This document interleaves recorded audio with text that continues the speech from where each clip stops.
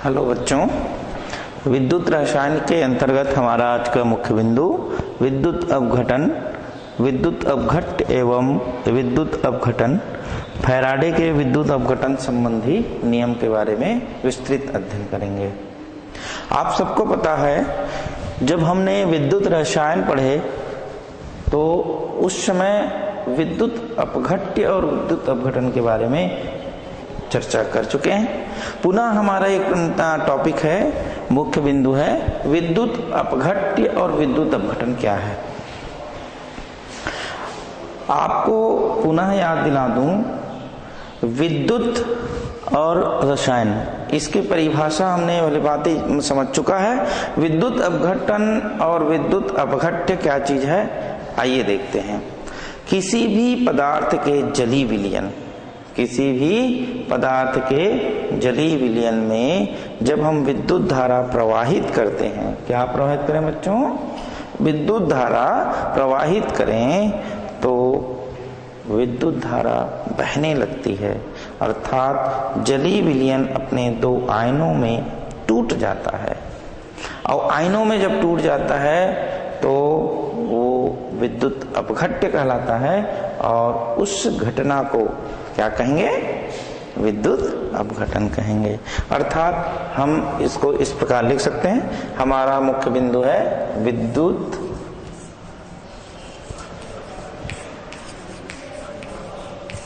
अपघट्य तथा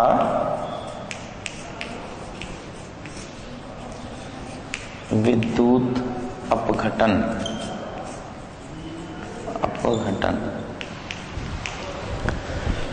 जब किसी अम्ल, क्षार या लवण के विलयन में, जब किसी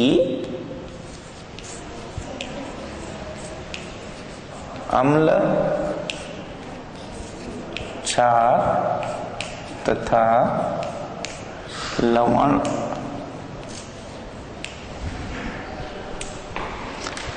के विलयन में, जब किसी अम्ल, क्षार तथा लवण के विलयन में विद्युत धारा प्रवाहित करने पर, विद्युत धारा प्रवाहित करने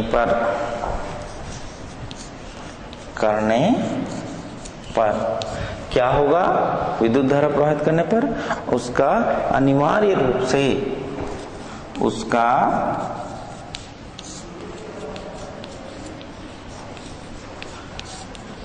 अनिवार्य रूप से क्या होगा, अनिवार्य रूप से उसका विद्युत रासायनिक अपघटन हो जाएगा। अनिवार्य रूप से रासायनिक अपघटन हो जाएगा, अपघटन हो जाएगा। अब देखिए बच्चों, किसी अम्ल हो, चाहे क्षार हो, चाहे लवण हो, आपको ये तीनों शब्द के बारे में भली भांति पता है। पुनः एक बार मैं याद दिलाना चाहूं, अम्ल के बारे में, क्षार के बारे में और लवण के बारे में, ठीक है। अम्ल किसको कहेंगे या किसे अम्ल कहेंगे? अम्ल वे पदार्थ हैं जिसके जली विलयन में या जिसको जल अपघटन करें तो H+ आयन दे, अर्हेनियस के अनुसार से अम्ल कहलाएगा। क्षार क्या कहलाएगा? अम्ल का उदाहरण हमने ले लेते हैं HCl में, हाइड्रोजन क्लोराइड। इस प्रकार से ये अम्ल कहलाया। क्षार किसे कहेंगे? क्षार वे पदार्थ है जो किसी जली विलयन में हम विद्युत धारा प्रवाहित करते हैं तो OH- आयन रिलीज करे। उदाहरण के लिए क्या बताएं, सोडियम हाइड्रोक्साइड, ये OH माइनस आयन रिलीज करेगा, निकालेगा तो क्षार कहलाएगा। अब हमारा लवण, वास्तविक में लवण क्या है, किसको कहेंगे? आप सबको पता है, यह पूर्व कालखंड में मैंने चर्चा कर चुका है। पुनः एक बार लवण के बारे में बताना चाहूं।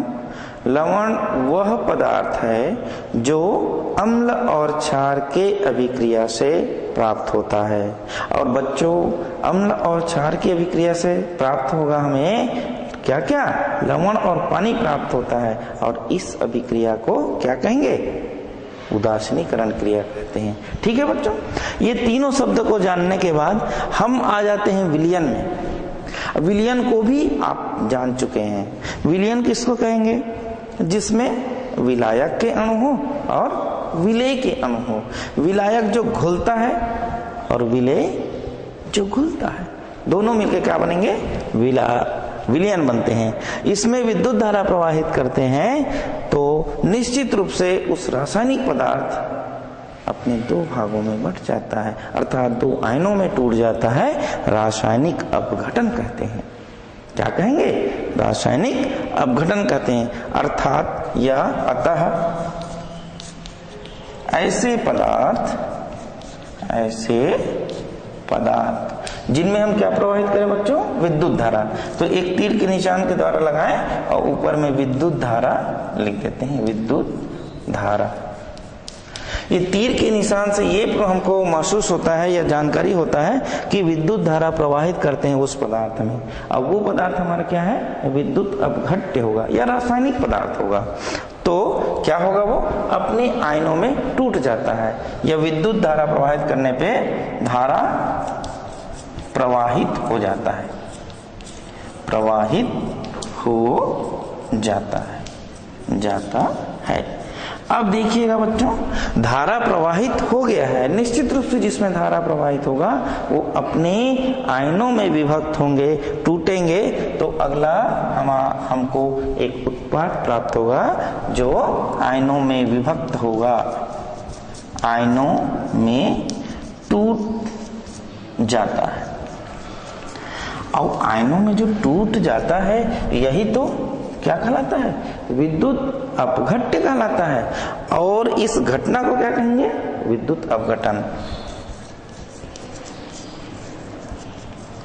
विद्युत अपघट्य कहलाया। और इस घटना को क्या कहेंगे? विद्युत अपघटन कहते हैं, विद्युत अपघटन कहते हैं। अब देखिएगा, यहाँ पे जो हमारे विद्युत अपघट्य आयनों में टूट जाता है, इसी समय बच्चों ओम के नियम का पालन करता है ये। अब ओम का नियम आ गया यहाँ पे, तो ओम का नियम क्या होगा? आपने 10वीं कक्षा में ओम के नियम पढ़ चुके हैं। क्या? ओम का नियम जिसमें प्रतिरोध होता है ना, जिसमें धारा होता है, हाँ होता है। तो ओम का जो नियम है ये विद्युत अपघट्य में पालन होता है। अर्थात जब ओम के नियम पालन होकर के जब हम धारा प्रवाहित करते हैं तो अपने दो आयनों में टूट जाता है। यही कहलाता है विद्युत अपघट्य। और इस घटना को विद्युत अपघटन कहते हैं। आइए इसके पश्चात देखते हैं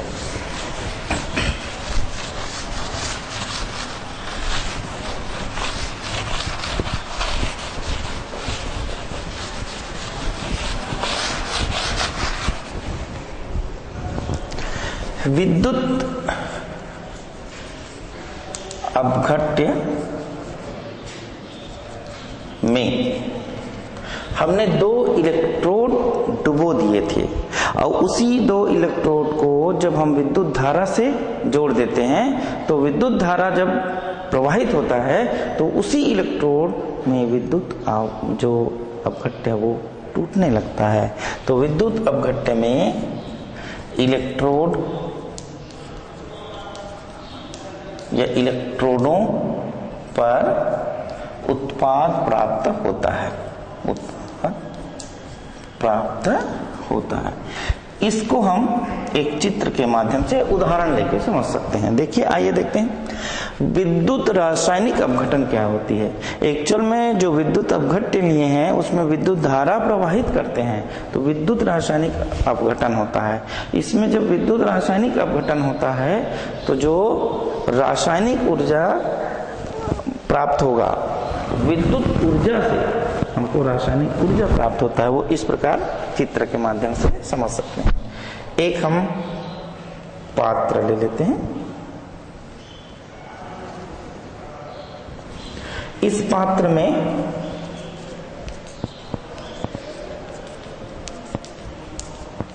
जिसका हमको विद्युत अपघटन करना होता है, एक विद्युत अपघट्य लेते हैं, विद्युत अपघट्य। आपके पास बहुत सारे विद्युत अपघट्य हैं, जैसे उदाहरण के लिए HCl, sodium chloride, potassium chloride, बहुत सारे विद्युत अपघट्य हैं जो इस पात्र में ले सकते हैं। हम उदाहरण के लिए लेते हैं, इसमें HCl ले लेते हैं। चलिए, HCl विद्युत अपघटन जिसका करना है, HCl ले लिया। कौन सा? तनु HCl लेते हैं, ये बात। अब इसमें हमने 2 इलेक्ट्रोड डुबो देते हैं। कितने इलेक्ट्रोड? 2 इलेक्ट्रोड।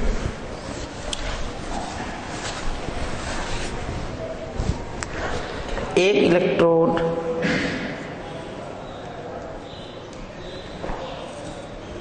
और ये दूसरा इलेक्ट्रोड। ये कैथोड है,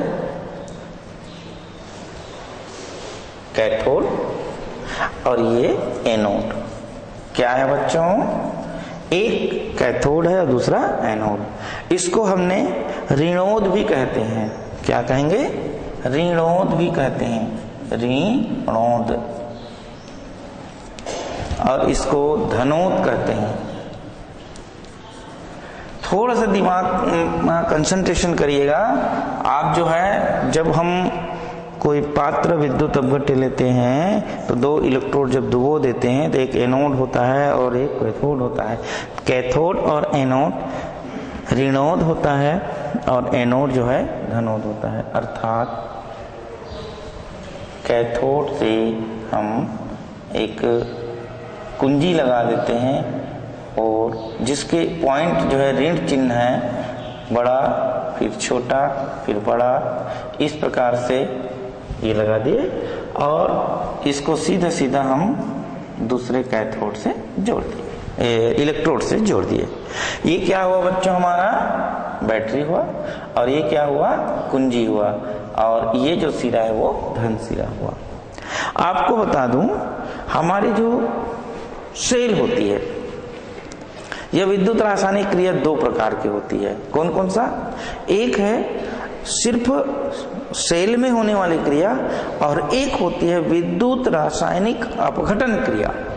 तो विद्युत सेल जब क्रिया होती है तो उसमें सिर्फ कहना चाहिए कैथोड और एनोड में सेल अभिक्रिया संपन्न होती है और इस समय जो रासायनिक क्रिया के पश्चात विद्युत ऊर्जा में परिवर्तन होता है। कौन सी ऊर्जा में? विद्युत ऊर्जा में। उदाहरण के लिए डेनियल सेल ले लेते हैं।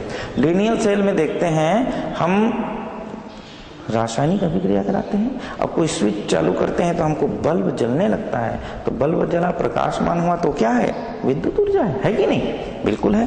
तो ये विद्युत रासायनिक अपघटन में हमारा विद्युत रासायनिक क्रिया के पश्चात अपघटन होता है, उसके बाद जो विद्युत ऊर्जा है वो कौन से ऊर्जा में परिवर्तन होगा बच्चों? रासायनिक ऊर्जा में परिवर्तन। आइए देखते हैं कैसे रासायनिक ऊर्जा में परिवर्तन होता है। हमने कैथोड लिया है, वो ऋण चिन्ह वाला होता है और धनोद होता है, वो धन चिन्ह वाले होते हैं। ऋणोद और धनोद कैथोड में होता है। जब हम कुंजी को चालू करते हैं, किसको? कुंजी को, तो बैटरी ऑन हो जाता है और ऋण से धन की ओर से धारा प्रवाहित होता है। और धारा प्रवाहित होगा तो सबसे पहले हमारे जो इलेक्ट्रोड है वो आयनित होता है और इसके अंदर डूबे हुए जो इलेक्ट्रोलाइट है मतलब विद्युत अपघट्य है बच्चों, वो क्या हो जाएगा, अपने दो आयनों में टूटने लगेगा। कौन कौन सा आयनों में टूटेगा, एक H में और दूसरा Cl में। तो H को हम इस प्रकार लिख सकते हैं, इस प्रकार से H को लिख सकते हैं। उसी प्रकार ये Cl है, ये Cl है और ये Cl है। तो H जो प्लस आयन है, Cl माइनस आयन है, H प्लस आयन है और Cl माइनस आयन है, ये क्या होगा, अपने विपरीत इलेक्ट्रोड की तरफ गमन होता है। हम सब जानते हैं Cl में माइनस चार्ज है तो वो एनोड की तरफ आएगा, क्योंकि एनोड जो है धनोद होता है। तो ये Cl जो है एनोड की ओर आया और ये कौन सा, Cl गैस के रूप में इकट्ठा होता है, अर्थात जितने भी माइनस चार्ज है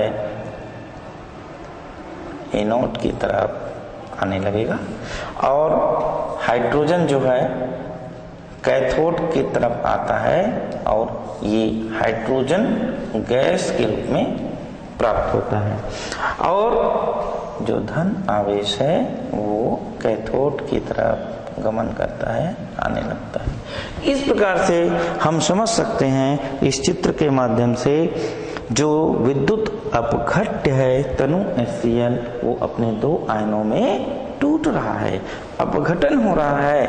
अब इस प्रकार से HCl विद्युत अपघट्य कहलाया और इस घटना को विद्युत अपघटन कहेंगे। ठीक है बच्चों, अब आ जाता है हमारा फैराडे का विद्युत अपघटन का नियम।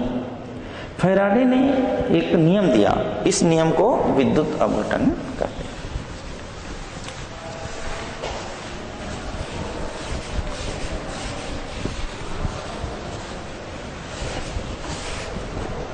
फैराडे का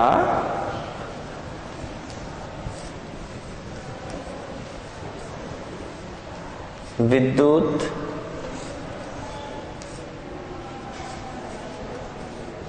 अपघटन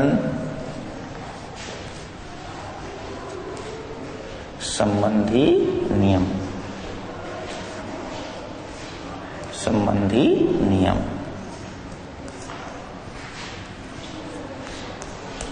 देखते हैं क्या है। फैराडे एक साइंटिस्ट का नाम है।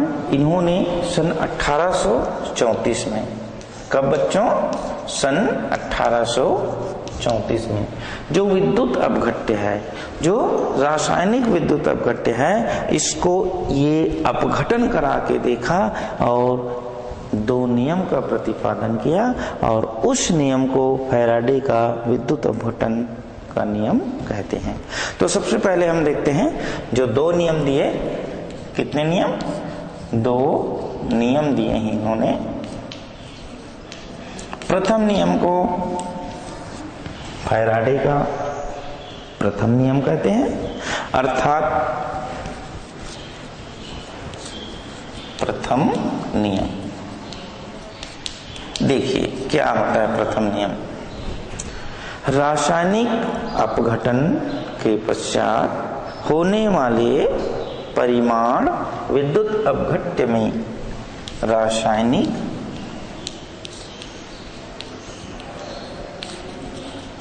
अपघटन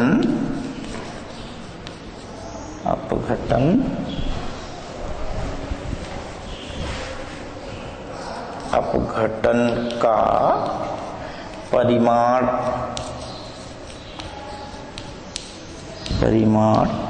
होने, माने विद्युत अपघट्य, किसमें, विद्युत अपघट्य में गुजरने वाले विद्युत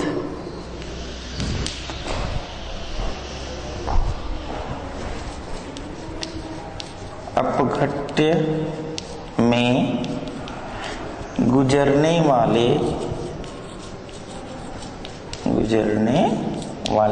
क्या गुजरने वाले, जो आयन हुए वही गुजरेगा, है ना। तो विद्युत अपघटन के परिमाण में विद्युत अपघट्य में गुजरने वाले, यहाँ पे जो हमने चित्र बनाया था उस चित्र में देखें H हाइड्रोजन धन आयन और Cl ऋण आयन 2 आयनों में विभक्त हुआ। तो उसी को ये बताया है विद्युत अपघट्य में गुजरने वाले विद्युत की मात्रा, विद्युत की मात्रा, विद्युत की मात्रा की समानुपाती होती है, कि समानुपाती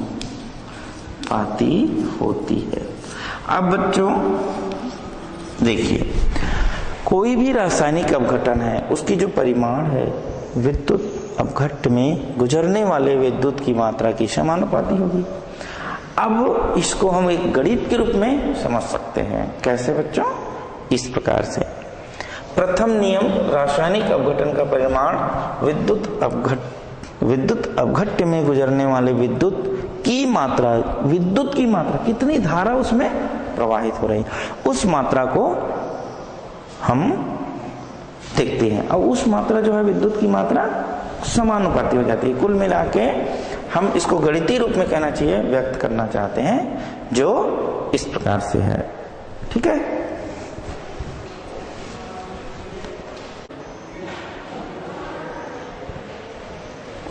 इस प्रकार से प्रथम नियम, रासायनिक अपघटन का परिमाण विद्युत अपघट्य में गुजरने वाले विद्युत की मात्रा की समानुपाती होती है।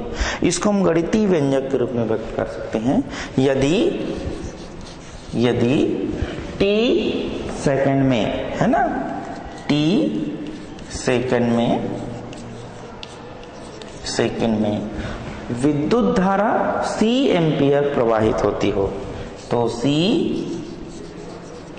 एम्पियर क्या है ये बच्चों? विद्युत धारा प्रवाहित होती हो, तो उसमें विद्युत अपघट्य है। जाहिर है विद्युत अपघट्य में उस पदार्थ की भार होगा, द्रव्यमान होगा, तो W बराबर विद्युत अपघट्य में उपस्थित पदार्थ का भार। तो निम्न तीनों में जो संबंध है वो समानुपाती होगा। उसको हम इस प्रकार से बता सकते हैं।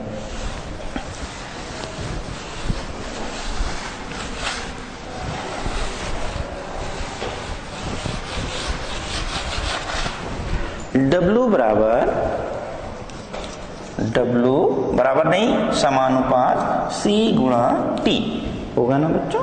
क्यों? क्योंकि हम पहला नियम बताया है, किसी विद्युत अपघट्य का भार, उसमें लगाई हुई धारा और T सेकंड के पश्चात लगे हुए समय में, माने विद्युत अपघट्य जो जितने आयनों में टूटता है वो उसके समानुपाती होता है।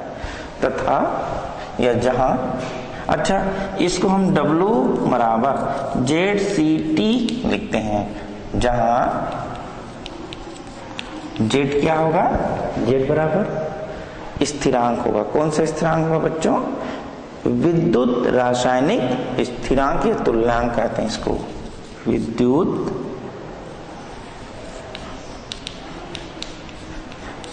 रासायनिक तुल्यांक, विद्युत रासायनिक तुल्यांक। और C जो है धारा है, T जो है समय है। यदि C बराबर यूनिट हो, एक मतलब एम्पियर, 1 एम्पियर जो धारा हो, तो T बराबर भी यूनिट होगा। किसमें? सेकंड में। 1 सेकंड हो जाएगा, SEC। तो C की जगह में 1, T की जगह में 1 रख देंगे, तो क्या हो जाएगा बच्चों? TW बराबर Z होगा ना। निश्चित होगा। क्यों निश्चित होगा? क्योंकि C जो है 1 एम्पियर लग रहा है और T जो है 1 सेकेंड लग रहा है। यदि आप 1 गुणा 1 करते हैं तो 1 कम 1 और 1 गुणा Z, तो Z 1 कम Z हो जाएगा। आ गया ना। तो W बराबर Z आ गया। यही तो हमारा प्रथम नियम विद्युत अपघटन का, किसका, फैराडे का प्रथम नियम W बराबर Z। Z क्या है, रासायनिक तुल्यांक, विद्युत रासायनिक तुल्यांक। W क्या है, उसमें जो विद्युत अपघट्य है उसके पदार्थ का भार। तो इन दोनों एक दूसरे के समानुपात होते हैं, बराबर होते हैं। ये प्रथम नियम का व्यंजक हो गया। ठीक है, अब हम द्वितीय नियम में आते हैं। दूसरा जो नियम है, फैराडे ने द्वितीय नियम दिया और इसको द्वितीय नियम के नाम से जानते हैं। द्वितीय नियम क्या होगा बच्चों? द्वितीय नियम, द्वितीय नियम होगा किसी, जब विद्युत जब विद्युत की समान मात्रा, ये मान के चलिए विद्युत अपघट्य की सामान्य मात्रा होता है। जब विद्युत अपघट्य की समान मात्रा, जब विद्युत अपघट्य की समान मात्रा विभिन्न विद्युत अपघट्य से गुजारी जाती है, विभिन्न विद्युत अपघट्य से गुजारी जाती है, गुजारी जाती या गुजारी जाती है कर दो, है ना, गुजारी जाती है। तो क्या होगा बच्चों, जब किसी जब विद्युत अपघट्य की समान मात्रा को विभिन्न विद्युत अपघट्य से गुजारी जाती है तो प्राप्त होने वाली उत्पाद, तो प्राप्त होने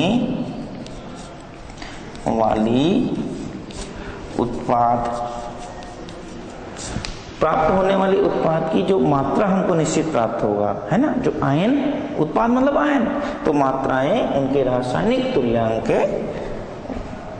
प्राप्त होने वाली उत्पाद की मात्राएं उनके रासायनिक तुल्यांक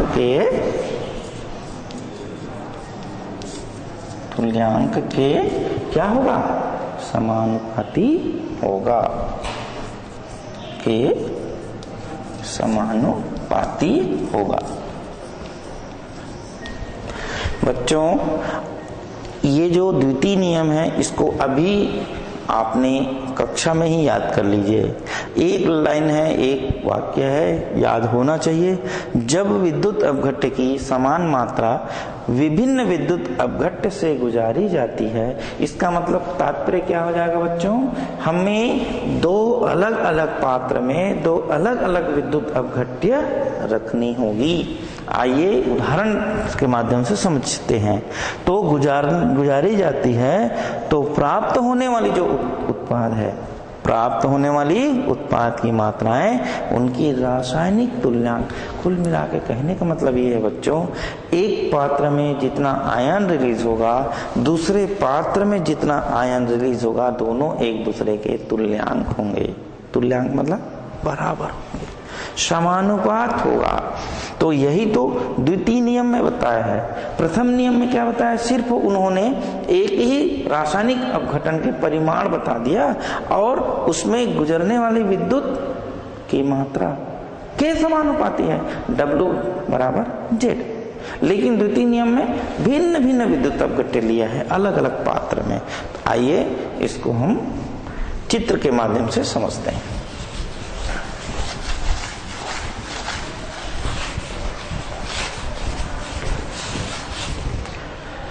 एक पात्र ले लिए जिसमें हमने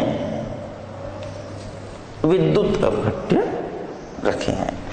ये मान लीजिए इस पात्र में हमने जो विद्युत अपघट्य का विलयन रखा है, ये कॉपर सल्फेट है। क्या है बच्चों? कॉपर सल्फेट का विलयन। आप जो है सूत्र को भी याद रखिएगा, क्योंकि CuSO4 को कॉपर सल्फेट कहते हैं। क्या कहेंगे?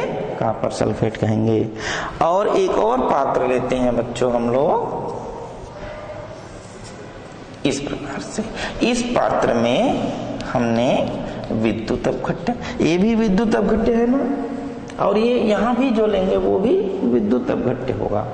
अब इसमें विद्युत अपघट्य विभिन्न मतलब अलग हो जाएगा। कौन सा विद्युत अपघट्य लें? AgNO3। बच्चों मैं AgNO3 लिखा हूं, उसका नाम क्या होगा बताइए, आप बताओ। बहुत बढ़िया। इसको आपने बताया सिल्वर नाइट्रेट। वास्तव में सिल्वर नाइट्रेट का विलयन या सॉल्यूशन इसमें मिलाते हैं।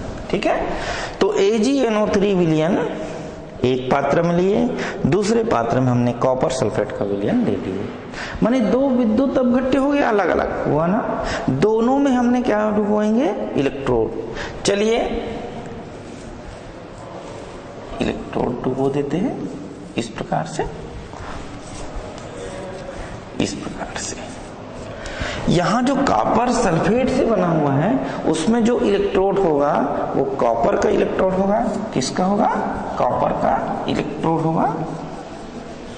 और यहां जो सिल्वर नाइट्रेट में हमने जो डुबोया है इलेक्ट्रोड, वो सिल्वर का इलेक्ट्रोड होगा। किसका बच्चा? सिल्वर का इलेक्ट्रोड,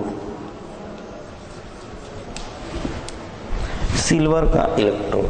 Ag को सिल्वर कहते हैं, ये इलेक्ट्रोड हुआ। ठीक है, अब जो है हमने ये इलेक्ट्रोड को जोड़ देते हैं। किससे जोड़ेंगे? जाहिर है विद्युत धारा से जोड़ेंगे ना। तो कॉपर को हम लिंक करने के लिए हम एक इलेक्ट्रोड जिसमें सिल्वर नाइट्रेट का उसको जोड़ दिए। दूसरा जो इलेक्ट्रोड है, जो सिल्वर का इलेक्ट्रोड है, इसको सीधा एम्पियर, जिसको हमको धारा मापी जिसको कहते हैं, क्या गैल्वेनोमीटर या एम्पियर जो भी कह सकते हो। फिर ये कुंजी लगा देते हैं यहाँ पे। ठीक है बच्चों, और कुंजी लगा करके हमने यहाँ पे रियोस्टेट लगा देते हैं। रियोस्टेट जिसको हम ये बोलते हैं, है ना, तीर के निशान, ये रियोस्टेट कहते हैं। लगा दिए। अब इसको बैटरी से जोड़ देते हैं, बैटरी से जोड़ देते हैं आगे। तो ये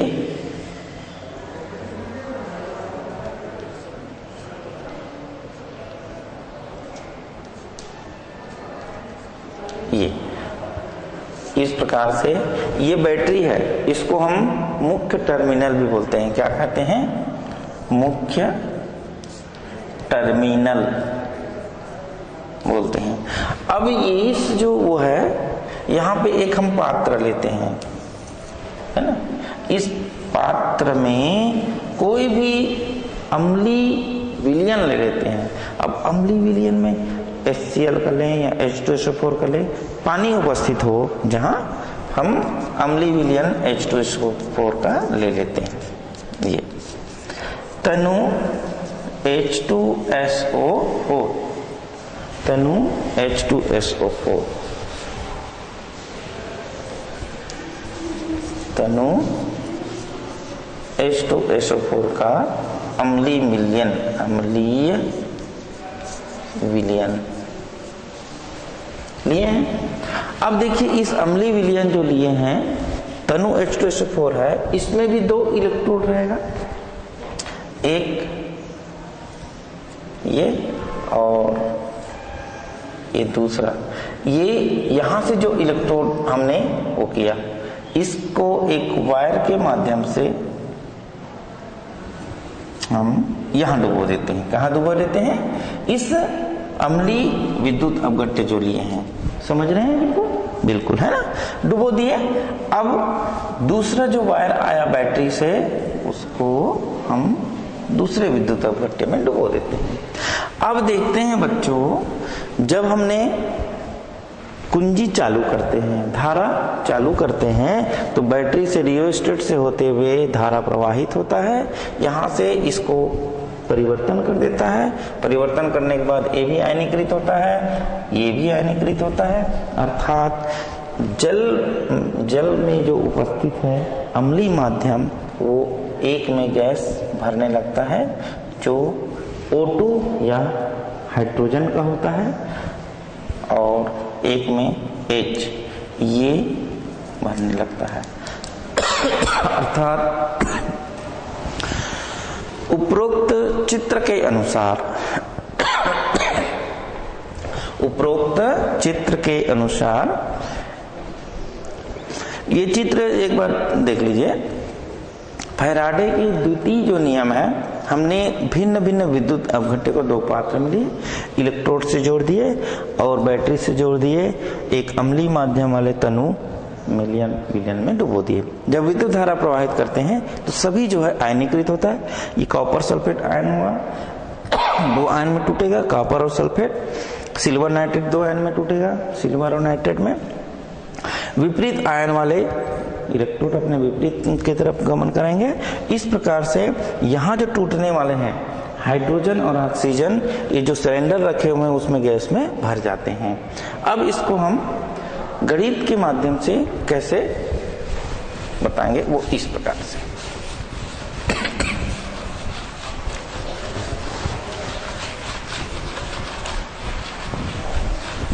देखिए बच्चों, उपरोक्त चित्र अनुसार, उपरोक्त या उपरोक्तानुसार हमने अम्लीय माध्यम में या अम्लीय जलीय विलयन लिए थे, है ना, अम्लीय जलीय विलयन। अब अम्लीय जलीय विलयन कौन सा था? तनु H2SO4, ये तनु H2SO4 ले लिए। अब इस तनु H2SO4 में एक और लिए थे जिसको हम कॉपर सल्फेट लिए थे ना, दूसरे पात्र में, बिल्कुल लिए थे, हाँ। और तीसरा जो है AgNO3 लिए थे। ये 3 हम विद्युत अवघट्टे लिए। द्वितीय नियम भी वही कहा है ना, भिन्न भिन्न विद्युत अवघट्टे या विभिन्न विद्युत अवघट्टे, 3 विद्युत अवघट्टे हो गए, है ना। इसमें सॉल्यूशन है, अर्थात धारा कितना लिए थे बच्चों? C बराबर 1 एम्पियर लिए थे ना, और T कितने लिए थे? 1 सेकेंड। अतः कॉपर अलग हुआ, सिल्वर अलग होता है ना, और H2SO4 से हाइड्रोजन अलग हुआ ना, जो कैथोड पर हमको प्राप्त हो गया, है ना, जो कैथोड पर प्राप्त हुआ है, कॉपर, सिल्वर और हाइड्रोजन प्राप्त हुआ। अब ये तीनों जब प्राप्त हुआ, इसकी हम गणना कर सकते हैं। कैसे? तो हाइड्रोजन की जो भार है, वजन है, वो इस प्रकार गणना कर सकते हैं। 0.000004 शून्य लगाएंगे बच्चों, और 1036 ग्राम होता है। इसकी गणना कर सकते हैं। उसके बाद में हमारा कॉपर आ जाता है। कॉपर की जो ये होगा 0.003292 ग्राम। उसी प्रकार से Ag का भी निकाल सकते हैं। Ag का होता है 0.0000118 ग्राम। ये कॉपर का, हाइड्रोजन का और सिल्वर का W मतलब भार हो सकता है, मतलब जो कैथोड पर निकलता है, जिसे W अथवा भार की गणना कर सकते हैं। इस प्रकार से हमने ये गणना करके निकाल लिए।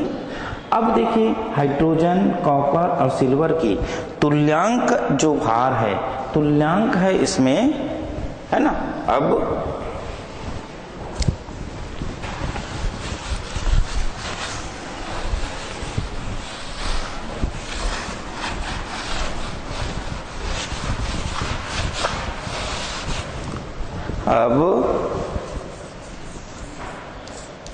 हाइड्रोजन, कॉपर और सिल्वर की तुल्यांक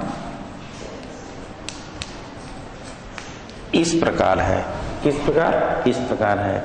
हाइड्रोजन का तुल्यांक 1, कॉपर का तुल्यांक 31 और सिल्वर का जो तुल्यांक है वो 78 होता है।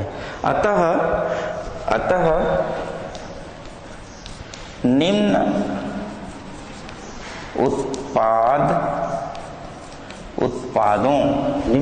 उत्पादों की मात्राएं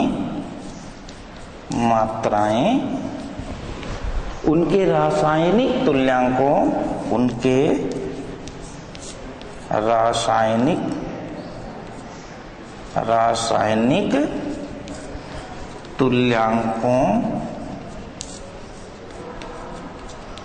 रासायनिक तुल्यांकों के समानुपाती होगी, है ना। तुल्यांकों के समानुपाती